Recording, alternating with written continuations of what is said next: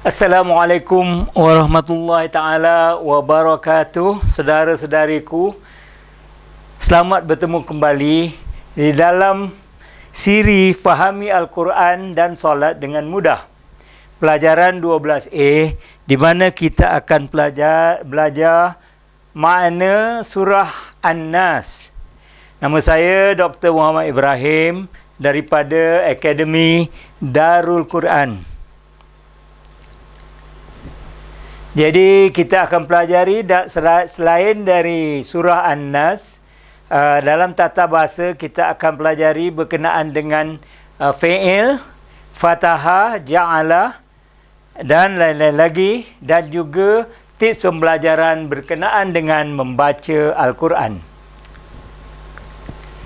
Jadi di akhir pelajaran ini anda akan mempelajari 70 perkataan yang disebut dalam Al-Quran hampir 29,718 kali. Nah, begitu kita telah dapat mempelajari hampir 30,000 perkataan yang nyata dalam Al-Quran. Ya, tuan-tuan. Jadi tiap-tiap pelajaran boleh dikatakan terlalu sangat mustahak. Jadi saya harap tuan-tuan apabila mengikuti video ini akan mengikuti turutan video-video daripada 1A, 1B, 2A, 2B dan seterusnya sampaikan akhir nanti. Jadi sebagai pengenalan, ini adalah surah terakhir dalam Al-Quran. Ya, walaupun kita mempunyai ilmu pengetahuan yang banyak, tetapi kita masih perlu melawan hasutan syaitan secara berterusan sehingga kita mati. Bagaimana untuk melawan hasutan syaitan? Kita tak boleh bunuh dia, kita tak boleh memukulnya, kita tidak boleh melihatnya, kita tidak boleh meyakinkannya. Jadi jalan penyelesaian yang terbaik adalah memohon perlindungan daripada Allah Subhanahu wa ta'ala. Jadi kita mulakan. A'udzubillahi minasyaitonirrajim. Bismillahirrahmanirrahim. Qul a'udzu birabbin nas. Katakanlah aku berlindung kepada Tuhan, birabbi atau pemelihara manusia, An-Nas. Qul, katakanlah. Ini berlaku dalam Al-Quran sebanyak 100 kali. Qul, katakanlah, ya. A'udzu, ini kita telah belajar. A'udzu billahi minasyaitonirrajim. Aku berlindung birabbi kepada Allah. Billah, A'udzu billah. Jadi aku berlindung kepada Allah. Tapi dalam kes ini a'udzubillah birabbil, kepada Rabb kita, ataupun Tuhan kita. Ya. Birabb. Bi kepada Rabbi, Tuhan yang satu. Kepada Tuhan. An-Nas, insan lelaki, An-Nas, Nas manusia. Jadi kalau kita baca, sekali lagi kita baca mesej dari sini ialah Qul a'udzu birabbin nas. Kita mesti terlebih dahulu menyedari bahawa kita adalah di bawah serangan berterusan syaitan. Sentiasa. Ya, dan sentiasa ada yang dia sentiasa ada dengan kita. Bayangkan, ya, Allah ada Rabb kepada 7 bilion penduduk di muka bumi ini. Sekarang tidak termasuk orang-orang yang telah pun mati terdahulu dan orang-orang yang akan datang. Dialah yang menyebabkan hujan turun, tanaman tumbuh, mengekalkan matahari, ya, dan bumi di orbit masing-masing, mengubah musim dan semua perkara lain untuk kehidupan kita. Subhanallah. Jadi Qul a'udzu birabbin nas. Katakanlah katakanlah aku berlindung, a'udzu birabbil, kepada Tuhan an-nas, kepada Tuhan semua manusia. Ya, mesej dari sini lagi ialah dia menjaga setiap sel dan setiap atom daripada setiap seorang daripada kita setiap saat. Setiap saat, tuan-tuan, dialah Rabb yang pada setiap masa untuk semua orang. Rasakan kehebatannya ketika membaca surah ini. Tiap-tiap satu sel di dalam badan kita yang ada beberapa million tu adalah di bawah jagaannya. Dan itu satu orang kepada 7 bilion orang, kepada serangga-serangga, kepada burung-burung. Semuanya di bawah jagaan dan di bawah kawalan Allah Subhanahu Wa Taala. Begitu hebat sekali. Allah memulakan surah ini dengan katakanlah. Kita perlu membaca surat ini serta menyampaikan ia kepada orang lain dengan kebijaksanaan, dengan hikmah kata orang, dan kebaikan, dengan cara yang sama seperti yang telah dilakukan oleh nabi-nabi. Qul, praktis sekarang dengan penuh imajinasi, rasa doa dan nilai. Qul, katakanlah, a'udzu, aku berlindung, Qul a'udzu birabbin nas, katakanlah aku berlindung kepada Tuhan atau pemelihara manusia. Malikin nas, Malikin nas ataupun raja manusia. Ilahin nas, yang disembah manusia. Malik. Now, Malik ada 3 perkataan ni. Malik ialah raja, Malak adalah malaikat, dan Malik dia panjang. Malik raja, Malik pemilik, ya. Malak malaikat, malak kata mufrad, jamak sudah jadi malaikah, ya. Malikin nas, iaitu raja pada manusia. Ilahin nas,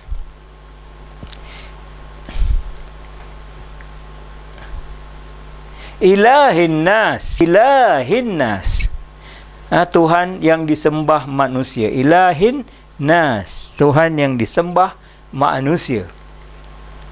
Jadi dari sini mesej yang kita harus dapati ialah kita bayangkan dia adalah raja sebenar untuk 7 bilion orang yang hidup hari ini. Selain pada itu, dia memiliki segala-galanya yang mereka ada, termasuk kehidupan dan kematian mereka. Walau bagaimanapun, kebanyakan mereka menafikan atau lupa kepadanya, mereka hanya mengingatinya, terutama ketika dilanda kesukaran dan kedudukan. Bayangkan, inilah yang sedang berlaku.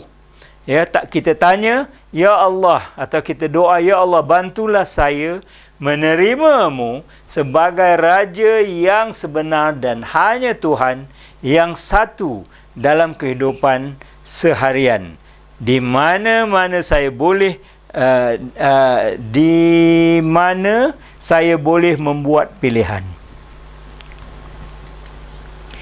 Lagi, kita menilai jika saya tidak mematuhi peraturannya, bermakna saya telah tidak mengambilnya sebagai raja untuk tindakan saya. Dan akhir sekali kita menilai, ya, jika saya tidak mentaatinya, bermakna saya belum lagi menerima dia sebagai Tuhan dalam erti kata sebenarnya. Berapa kalikah saya telah mengikuti nafsu? Menurut Al-Quran, mengikut nafsu bermakna membuat Tuhan sendiri. Ini di dalam Al-Quran ayat 45, surah 45 ayat ke-23. Berapa kali pula kita tunduk kepada hasutan syaitan itu? Menurut Al-Quran, mengikut syaitan bererti menyembahnya. Surah ke-23 ayat ke-60. Mengapakah saya telah mendengar bisikannya? Kita tanya diri kita sendiri. Ya, kerana kawan yang buruk, atau kerana TV, atau kerana internet, dan bagai-bagai lagi. Jadi kita haruslah bertanya diri kita, mengapa kita telah melakukan sedemikian. Jadi kita praktis dengan penuh imajinasi, rasa, doa dan nilai. Malikin Nas, Raja manusia. Ilahin Nas, yang disembah manusia. Min syarri waswasil khannas. Min syarri, dari kejahatan. Min, dari, syarri, dari kejahatan. Al-waswasil, dari bisikan. Al-khannas, iaitu orang yang menarik diri selepas berbisik. Ini orang-orang syaitan dan seterusnya. Mereka bisik-bisik di dalam hati kita, sanubari kita, tetapi mereka menarik diri selepas mereka berbisik. Ya, min syarri, a'udzubillahi minasyaitonir rajim. Min, dari, ya, min, dari, syarri, kejahatan. Min syarri, ya, kejahatan. Syarri ada dua makna, iaitu jahat dan merana.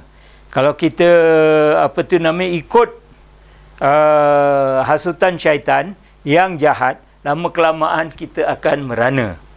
Ya, berapa perkara yang jahat yang kelihatan baik, tetapi akhirnya memberikan penderitaan, itu juga adalah jahat. Jadi syarri, min syarri, dari kejahatan. Al-waswasil, dari bisikan, pembisik yang meletakkan sesuatu di dalam hati sanubari kita secara bersembunyi, secara rahsia. Pembisik, ya, al-waswasil, waswas, ya, perkataan dengan 4 huruf, al-waswasil, sebutan menunjukkan pengulangan. Mereka yang menarik diri, al-khannas, orang yang menarik diri selepas berbisik, tetapi tidak pernah berputus asa sehingga kita mati. Iblis akan cuba merasuk kita sehinggalah kita, apabila nazak sekalipun, dia akan cuba sedaya upaya untuk memesongkan kita. Jadi kita sentiasa mesti a'udzubillahi minasyaitonir rajim. Ya, kita kena ada pembacaan seperti itu. Ya. Waswas, ketika anda melupakan Allah, waswas, syaitan sentiasa mengganggu kita.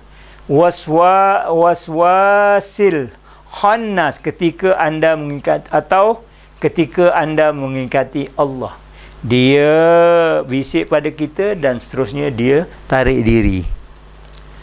Ya. Langkah pertama, dia buat kita merasa was-was. Lepas itu kita niat, dan akhirnya kita jadikan amalan.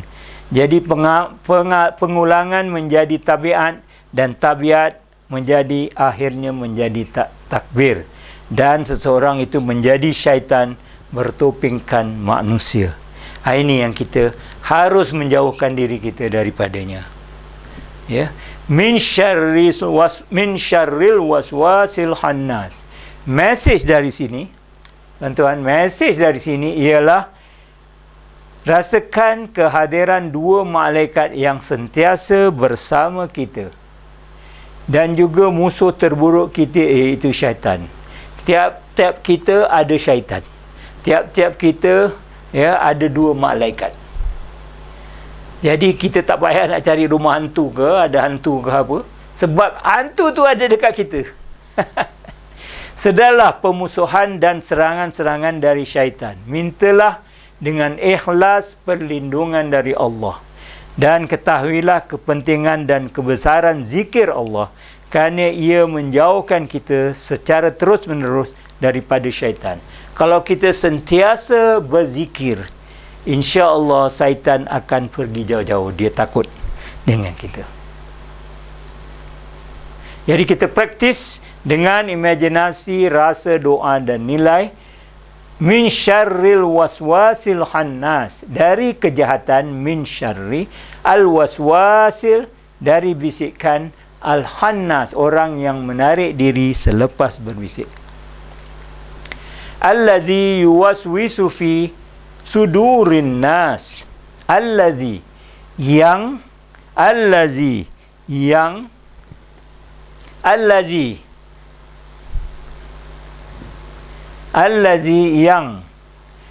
waswas allazina yuwaswasil, membisik-bisikkan,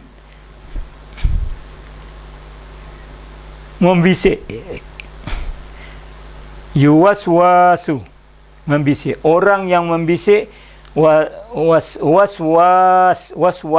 orang yang membisik, yuwaswasu adalah yang membisik-bisikkan.